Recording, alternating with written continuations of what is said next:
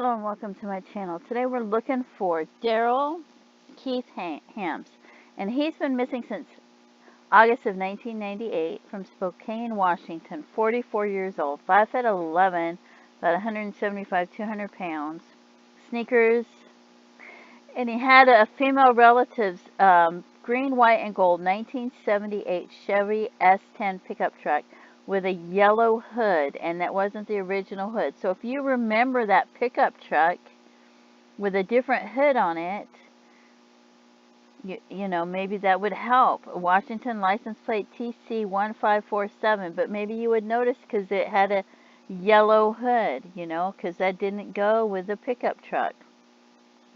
He had brown hair and brown eyes. He had a mustache when he went missing. He had a scar on his nose and a homemade tattoo of the words Lake INC in blue ink on his shoulder or forearm. He's missing some teeth and is supposed to wear partial dentures, but he left them behind. And he's missing his left thumb below the knuckle. He looks like a happy-go-lucky guy. He left his expensive tools behind. Here's a phone number to call them to let them know if you have any information.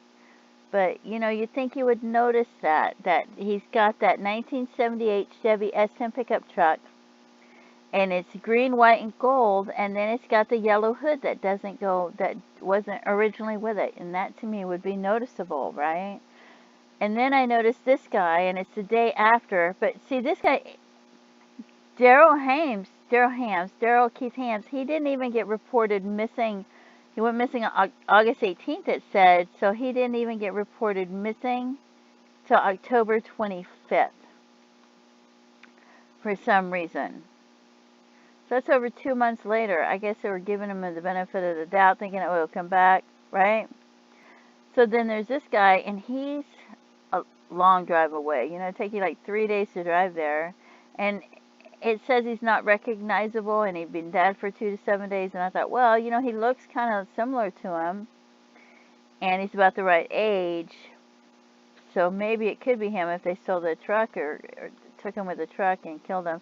But this guy says he had $6,000 to $8,000 worth of dental work in his mouth.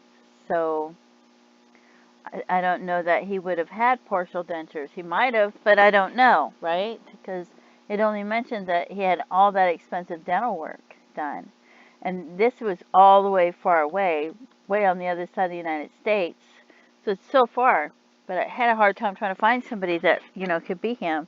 Except for in Oregon. They got some people you can't identify in Oregon. So this guy, nobody knows who he is. And he got a gunshot. Somebody shot him in the back. He's got mutilation to his body. It looks like he might have fallen from a high place or something, trauma on his chest and ribs. He was in the river. They estimate that the man entered the river near Luling. They said maybe he could have dropped from Mahale Boggs Bridge in Luling or from a large seagoing vessel. They're not sure. They're just theories. They don't know who he is. He's never served in the military, never worked for the U.S. government, and he has no criminal record. And nobody knows who he is. But, so, and you can see how far away that is.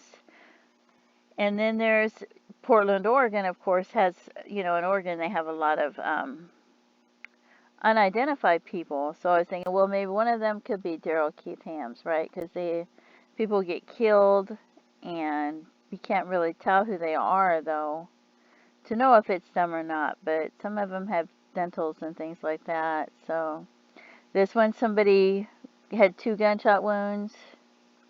And then there's another one in Portland, Oregon. Partial skeleton only, estimated about 5'10". And there's other ones in Oregon too, I think. This one was found in Keller Woodland Park near Oregon Health Sciences University. You know, I don't know.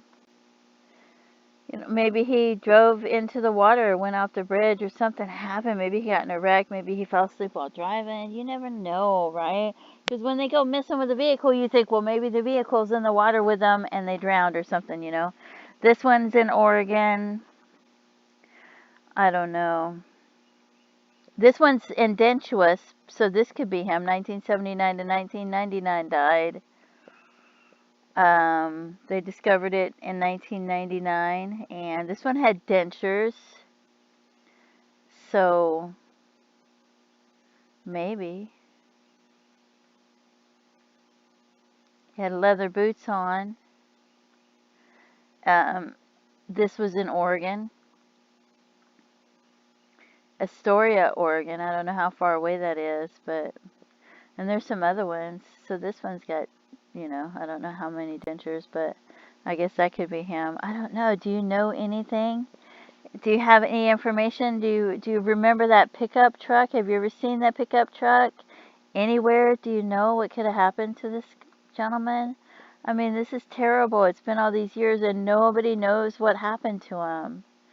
He left his tools behind. You know something had to have happened because it's been too many years for him to be okay and be alive and never, contact his family and his relatives don't know what happened to him.